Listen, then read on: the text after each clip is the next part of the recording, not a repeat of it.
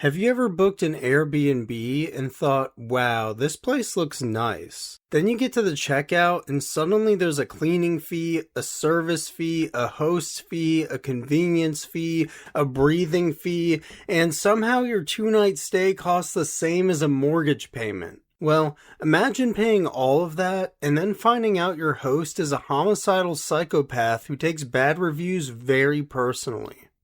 That's Superhost, a horror movie about Airbnb reviewers who check into a remote rental property and quickly realize their host is a little off. And by off, I mean the kind of person who smiles for way too long and makes you wonder if you're about to end up in the next Netflix documentary. The weird thing is, I almost turned this movie off in the first 10 minutes, and then it got good.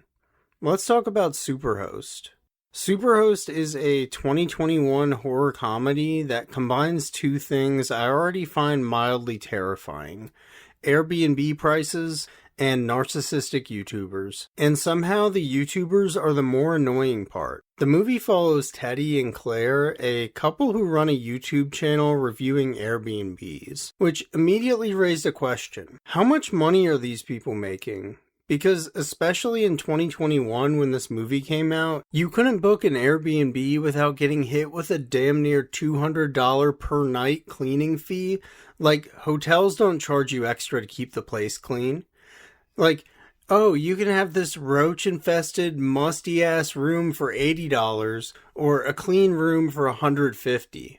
Oh, wait, I guess they do. But somehow these characters are bouncing around from one extravagant rental property to another while constantly talking about how broke they are. I just don't buy it. The movie actually opens with one of their videos and holy fuck, the cringe is immediate and intense.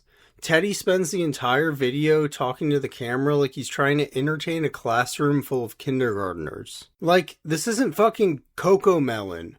Who exactly is the target audience here? Children don't care about Airbnb reviews.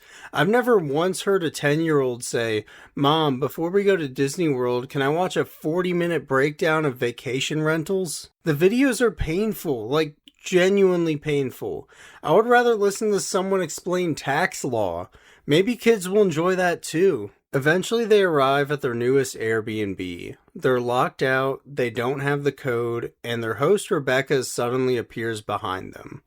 Cheap jump scare aside, something immediately feels wrong about this woman. Not in an over-the-top horror movie kind of way, more in a why are you smiling like that kind of way. She's like an overly bubbly waitress who checks on you every 5 minutes and might put cyanide in your root beer if you tip less than 20%. She's clearly mentally ill, but aren't we all? Rebecca also really doesn't want to be filmed, which is a problem when your guests are professional content creators, says the faceless fuck behind the screen. And the more she appears, the weirder she gets. She lingers. She pauses too long before answering questions. She smiles at inappropriate times. It's the kind of performance where you're constantly asking yourself, is she dangerous or just incredibly weird? And honestly, Rebecca is the movie. The actress Gracie Gillam absolutely carries this film. There's a scene where she aggressively plunges a toilet and somehow turns basic plumbing into one of the most out of left field yet funniest moments in the movie. There are scenes where she just stands outside windows staring like she's Michael Myers. And scenes where she gives interview answers with these long, uncomfortable pauses, like when you're trying to stream a movie but you chose Xfinity as your internet provider. Every time she's on screen, the movie gets better. The film also does a surprisingly good job planting little clues. There are small details involving surveillance cameras and privacy that seem insignificant at first, but become much more important later on. It's one of those movies where you realize certain things were being set up long before the reveal. But, to be completely real, you will most likely be able to predict most of it. But predictability is pretty commonplace in a lot of horror movies, so is it scary? There is one scene early on that genuinely creeped me out. Teddy goes outside at night and sees somebody standing in the darkness, just standing there, watching. It's simple, but it's easily the creepiest moment in the entire movie for me.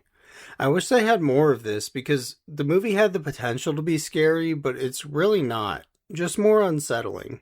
I also have to talk about Teddy's proposal plan because after watching Dolly and Significant Other recently, I was convinced this guy wasn't making it to the proposal. But he actually does it, and then Claire immediately assumes he's only proposing for YouTube views. Which is such an insane conclusion that I almost started rooting for Rebecca. But Claire is pretty fucking stupid.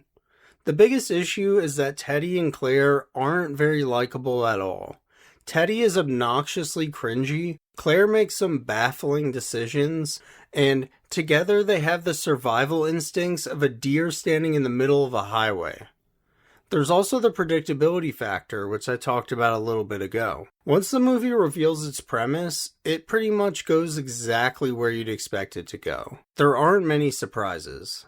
The destination isn't the problem, though. The problem is that you can see the destination from miles away. For me, Superhost gets a 3 out of 5. The movie starts off rough. Really rough. The first 20 to 30 minutes are loaded with some of the most painfully cringe YouTube content I've ever seen in a horror movie. But once Rebecca starts taking center stage, the movie becomes a genuinely entertaining horror film. She's creepy, she's funny, she's unsettling, and she elevates every scene she's in.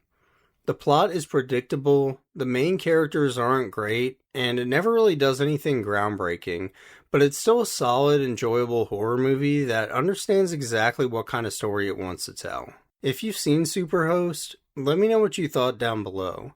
And also let me know, what's the worst Airbnb fee you've ever been charged? I'm talking dollar amount here. Because I still think the cleaning fees are scarier than anything in this movie. And, as always, thank you for watching No Name Nightmares. Don't forget to like and subscribe, and I'll see you in the next nightmare.